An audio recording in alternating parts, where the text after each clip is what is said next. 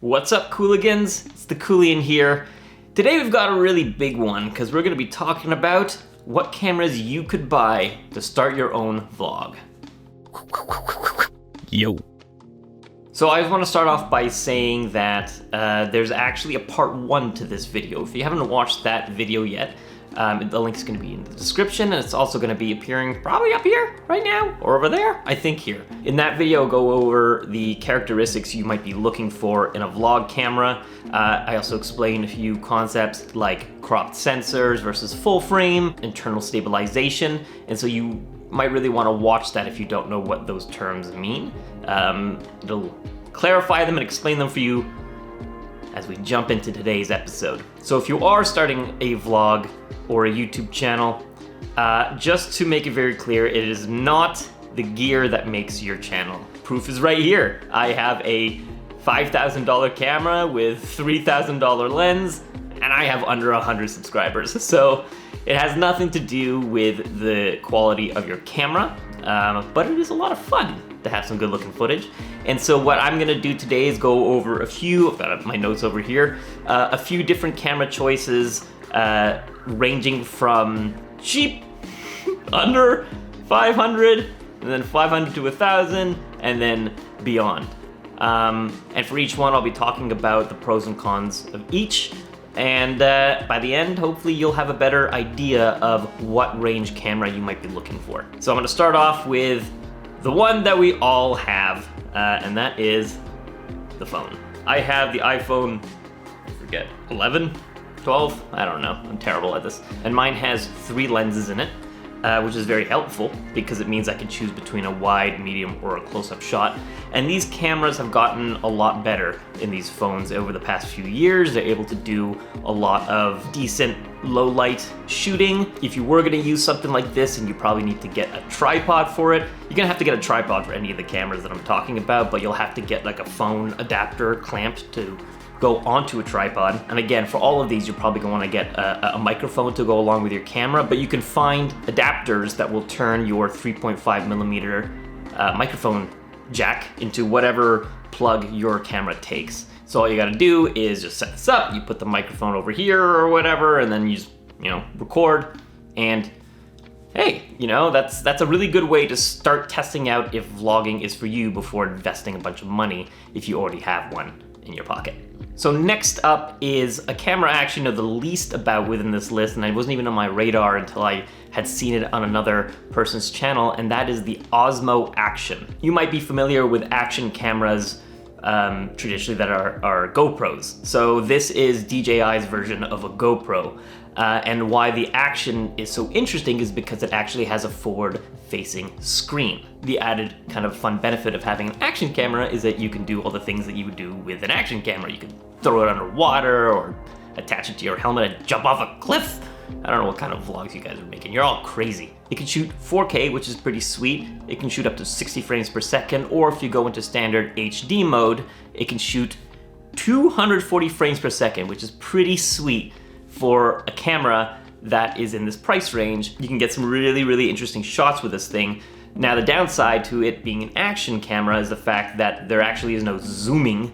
You can't change the lens or anything like that, so you're stuck at a focal length and at a 2.8 aperture. So it has a lot of versatility to what you could do with the actual camera, but the shots themselves will always remain at the same focal length. And just like the phone, you'll actually need an adapter to be able to plug a microphone into it. I think it came out with a USB adapter because the camera has a USB slot, and you plug that in and you plug in your microphone because the camera itself has terrible audio. The Osmo Action comes in at $500.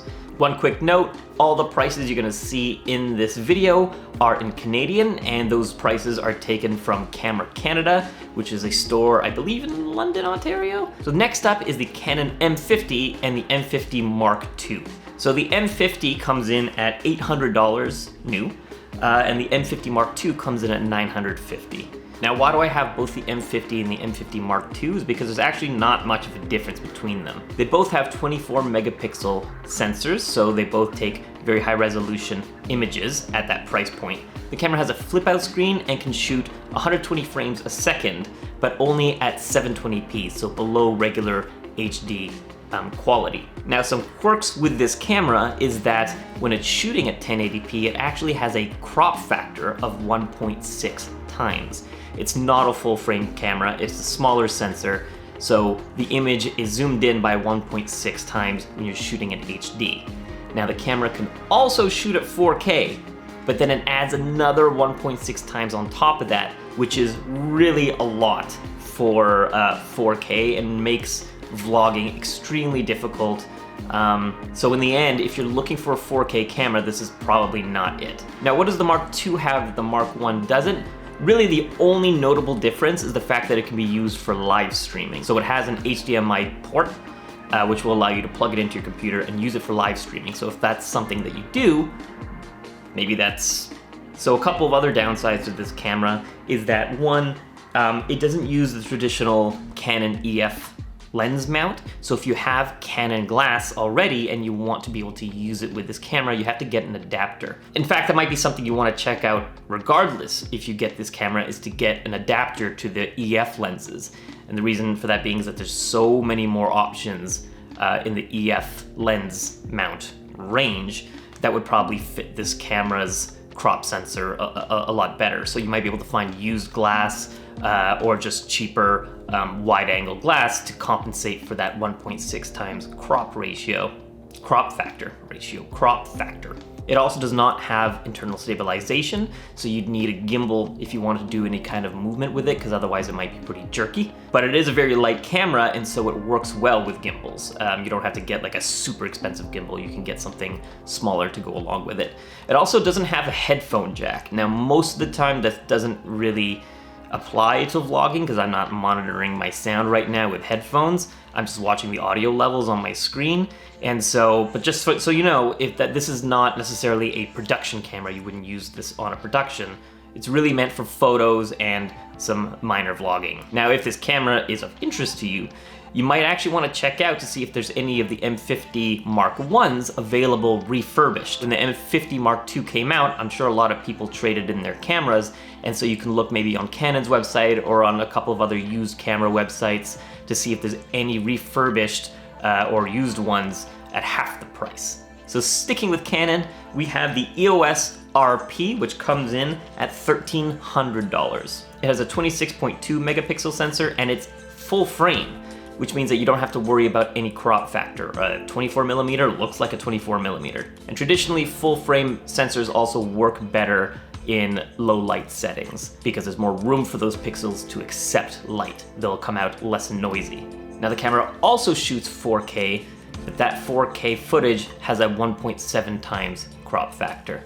So not as bad as the M50's 2.3, but it's still something. So that being said, to echo something from my previous video, is that 4K is maybe not necessarily something that you need for vlogging. I'm not shooting in 4K right now, I'm shooting in 1080p. Most of the time for vlogs, 4K might be overkill. It's just gonna end up taking a lot more room on your hard drives, and you gotta buy more hard drives and blah, blah, blah, right? So the RP has gotten really, really great reviews for its image. However, the downside to the RP is one, it actually has really bad battery life. So if you're looking to do longer shots with your camera, whether it's shooting events or you expect to do vlogs longer than an hour and a half, or you expect to do some live streaming with it, the battery does not last too long. From what I've read, it comes in at about 90 minutes, which is really not a ton of time. It also has no stabilization. So again, if you're gonna be moving around with it, you're probably gonna have to pair it with a gimbal, or at the very least, a lens that has optical stabilization built into it. So next up, switching over to Sony, we have the A6000 series line. So there's 6 cameras in this line. However, I'm only going to be recommending 3 of them, the ones that came out in 2019, and they are the A6100, the A6400, and the A6600. And they definitely scale in perks that come along with them, and they scale in price. All 3 cameras have a 24 megapixel image. Again, this is for photos. All 3 of them have a 1.5 times crop factor. All 3 of them use the Sony E mount, which is fantastic. I love that Sony has the same mount across all of their cameras. So this lens that I have for my camera would work on those cameras as well. It's just fantastic. And they all have Sony's unparalleled autofocus, and autofocus being such an important part of vlogging. That's a real plus. They also all have not a flip out screen, but all of them have like a semi-articulating screen where they actually pop up above the camera. So it doesn't flip out, it pops up. The good thing about that is you're still able to see yourself on it. Downside to that is that means that you can no longer mount a microphone on top of your camera. And so if you are looking into the series and you want to have both an external microphone and the screen popped up, you're gonna have to get a separate kind of bracket that either attaches to your camera to put your microphone on, or maybe a kind of like boom arm to come in to hold the microphone and capture the sound from there. So what's the difference between these three cameras? Well, the 6100 is smaller. Now that's both a good and a bad thing. The good thing is that it's easier to carry around. You kind of slide it in your pocket. The downside to it is just less comfortable to hold. It's also not dust and weather sealed, and so if you're doing anything that is in kind of like more treacherous environments, it's definitely not the camera for that. It also does not have picture profiles, and for Sony that means it can't shoot log. So if you're looking for a camera that can also shoot flat images for color grading, then this is definitely not the camera for that. That being said, I'm not shooting log again on these videos. Like I'm not color grading these, but if I were to shoot narrative projects or commercial projects, I would absolutely be shooting in a log format. So the 6100 cannot do that. Finally, it also has apparently a worse viewfinder, but I think a lot of the times these days people are shooting using the LCD screen on the back to frame their shots. So now all the things I just mentioned that the 6100 does not have, the 64 and the 6600 do have. So what's the difference between the 64 and the 66? Well, the 66 has some added benefits to it as well. It is the biggest of the three, which again is a pro and con depending on the way you look at it. For me, it'd be a pro because it's much more comfortable to hold and it feels a lot more durable. It has not only great autofocus, but it can actually lock onto your eyes, which is something that the other two cameras don't have. It has a much bigger battery than the other two, which holds a much better charge. It also has a headphone jack, which the other two don't. But the most important upgrade is that it has internal image stabilization. So if you're gonna be moving around with this camera, that 6600 is gonna be able to smooth the footage a little bit more without any added gimbals. Now, of course, it's not a replacement for a gimbal, but it does mean that if you wanna do some walking around vlogging, the 6600 is going to be the smoothest image.